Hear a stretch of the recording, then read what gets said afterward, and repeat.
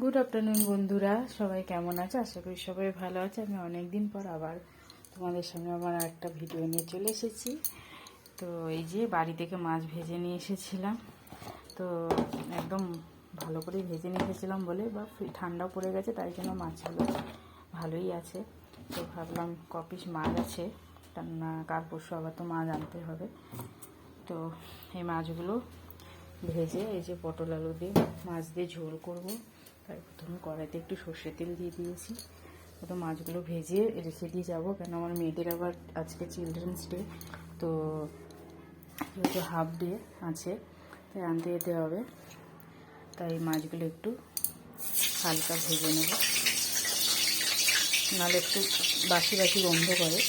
তো ভালো করে একটু ভেজে নেবো সর্ষের তেলে দিয়ে। আজকে মেন সবথেকে বড় সমস্যায় পড়েছি। সকাল থেকে জল একদম আসেনি, তবুও ভগবান যাই হোক একটু জল ছেড়েছিল, তাতেই মানে ট্যাঙ্কিতে জল ওঠেনি আজকে, কাজ করার মতো জল দিয়েছে।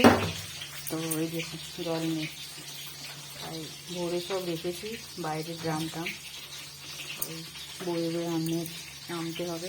বিকেলের দিকে আশা করি দিয়ে দেবে মনে হচ্ছে, তাই খুবই অসুবিধায় পড়েছি। মাছগুলো ভাজা হোক ততক্ষণ, এবার এদিকে বেরোতে হবে মেয়েদের আনতে।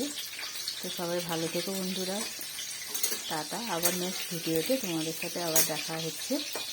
ততক্ষণ তোমরা সুস্থ থেকো, আর এই ঠান্ডাতে সবাই সাবধানে থেকো। টাটা।